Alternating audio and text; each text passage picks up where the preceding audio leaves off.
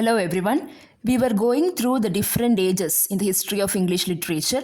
We have already learned about the Middle Ages, which did not bring out much of good literature, and thus Middle Ages were also called the Dark Ages. Now we have moved into the Elizabethan age, which is known as the Golden Era. Before moving into the literature aspect of this period, let's look at its historical background. Now, the Elizabethan age, as it is evident from the name, it begins with the accession of Queen Elizabeth in 1558, when Queen Elizabeth became the Queen. Now, it was not very easy for Elizabeth to become the Queen of England. She had to face many problems. This is because her father, that is the previous King of England, Henry VIII, he wanted a son. He wanted a son so that he could give his kingdom. He could make his son the next heir to the throne. But Henry VIII did not have a son in his first wife. So he decided to remarry. Now, he did not have a son, so he decided to remarry. But the problem was the Pope and the Church did not agree to this. This was against the laws of Catholic Church. Now, Henry VIII was not willing to give up. He made his own church. He separated English Church from the Roman Catholic Church and he called it the Anglican Church. He gave it his own rules so that now he is free to remarry. And he married 6 times till he had a son. See, in between these 6 marriages, Henry VIII had Mary and Elizabeth as his daughters, but he wanted a son. So out of all his children, the first person to get the kingdom after Henry VIII was Edward VI. Edward VI was a Protestant. Now we can see that there is a lot of clash going on between the Catholics and the Protestant. There were a lot of religious turmoils and problems happening in England during those times. So Edward VI was a Protestant. He did not rule much. He died young.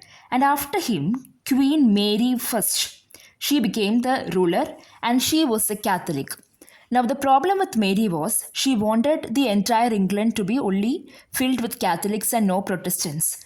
So she started to kill all the Protestants of England and thus she got the name Bloody Mary. Queen Mary I also died, and then we have, after all these religious problems, we have Queen Elizabeth coming to the throne. Now Elizabeth, she faced a lot of difficulties when she was a child. Firstly, she was not given the throne because she was a girl.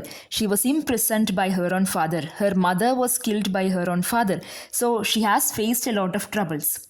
But when she came to the throne, she was a very peaceful ruler in terms of religion. She was a Protestant queen, but she did not hate the Catholics like her sister. She is known by several names like Virgin Queen since she was not married, and Gloriana, etc. Now this period when Queen Elizabeth ruled is known to be the golden period of England, and these are the several reasons why it is called so. Firstly, she had a centralized, well-organized power. She had good control over her kingdom. There was religious peace, no more killing between the Catholics and the Protestants. Political stability. Remember in the previous times, during the Dark Ages, there were a lot of civil war, like the War of Roses and the 100 Years of War. So all these wars were not there during Elizabeth's period. And then because of this absence of war, there was economic growth also. So this led to the rise of middle class. And this was the age when there was a lot of exploration. People started to go and explore different places, countries, continents. Expansion. England started to have her colonies and trade. Now, because of all these good times, England was prospering. There was a lot of money. So art, music and literature also flourished. Now, one of the important points of this period is the Spanish Armada, which was a war fought between England and Spain. Now, this war was initiated by King Philip of Spain, who wanted to win over England because he knew that England was now ruled by a queen, not a king. So he thought it would be easier to win over England. He tried to get into a fight with England, but for some reason, England was ready for this fight, even though it was unexpected, and England won. So this proved that England was under good control of a good, powerful queen. Now, speaking about the literature of the spirit. In the beginning, we had a lot of classical texts in Greek, Latin, and so on. But after the fall of Roman Empire, what happened is there was a period in Europe which did not produce any valuable literature at all. This was the same for Britain too. We call the spirit the Middle Age or the Dark Age. After this short period of having no particularly fruitful works, Renaissance started to take place in Italy during the 14th century. That is revival of the classical text, rebirth of the classical text. But during this time, Britain was still not in a period of Renaissance. England during this time was going through a tough period.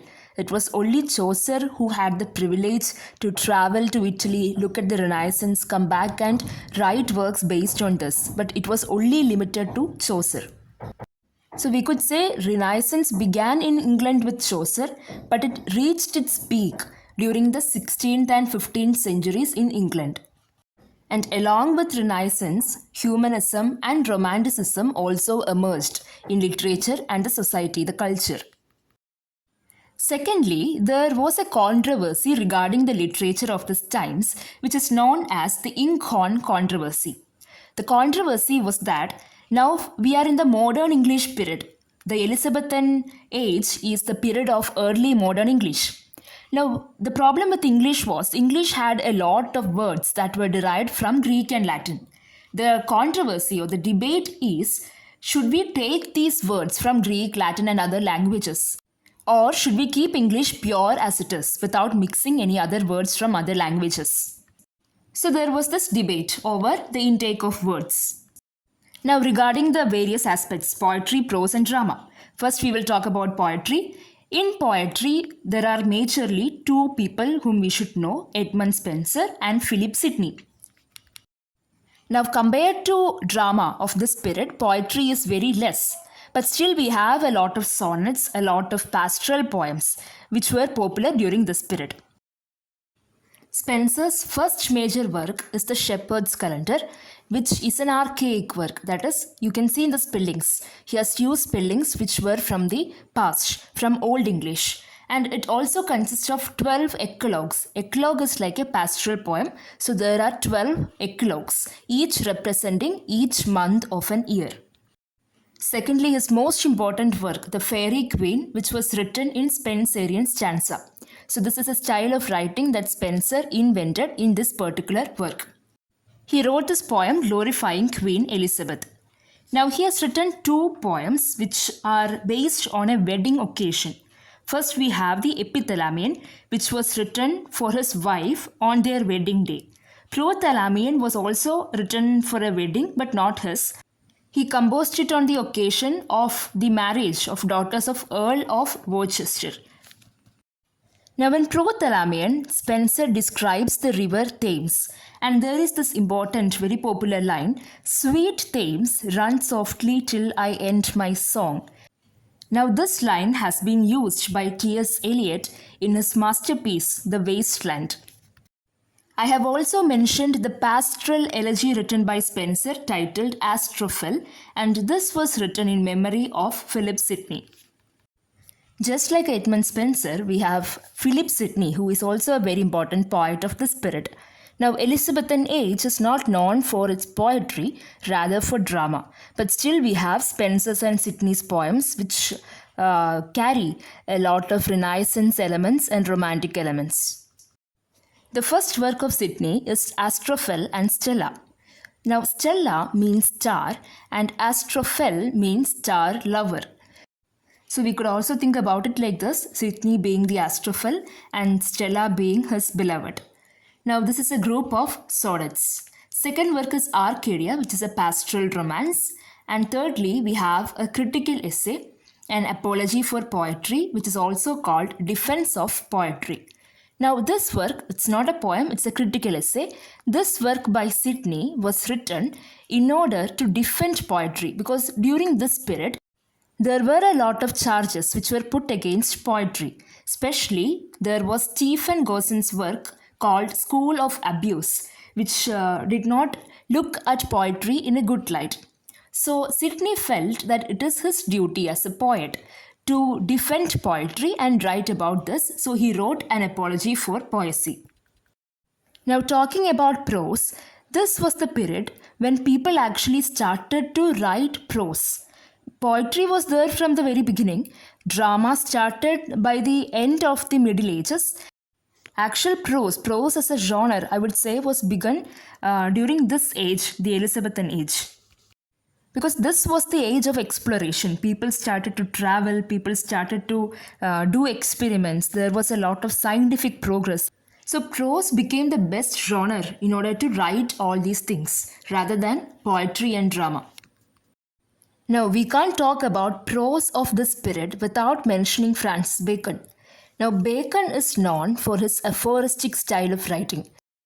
That is, what he wrote was very short. It was to the point, objective. He did not put in his point of view, his personal opinions or anything. But it was full of wisdom, full of meaning. And he has written several of such essays, which were all put together as a collection titled Essays. Secondly, he has put forward this work, Advancement of Learning, which is about his scientific experiments, the empirical method of doing science. Now, the third one is New Atlantis. In New Atlantis, Francis Bacon talks about, he gives out his idea of a utopian society, how society should be. I have also mentioned Richard Hooker and Robert Burton, who are also two important essayists when we talk about prose of Elizabethan period. Now, talking about drama of the times, we know drama flourished during the Elizabethan period. Now, there is something called the Elizabethan theatre or the Renaissance theatre. That is, before Elizabethan period, we had plays, we had dramas which were based on biblical stories and performed in the church or in the compounds of the church. Now, this is for the first time we have a particular place in order to enact a drama. And that too, these dramas need not be on biblical stories only. It could be more secular topics which could give entertainment to the audience. So they also had these professional actors who move around in groups to perform their dramas here and there. So such theatres were called the Elizabethan theatre or Renaissance theatre. And two important theatres that I have mentioned here, the first ever theatre of England, which is simply named the Theatre, and Globe, which was built by Lord Chamberlain's men, who are also known as the King's Men, and Shakespeare was a part of this team. Now let's talk about the first tragedy and the first comedy ever to be written in England. The first tragedy that was written is titled Gorboduc or Ferrex and Porrex. Now this was written by Thomas Norton and Thomas Sackville together.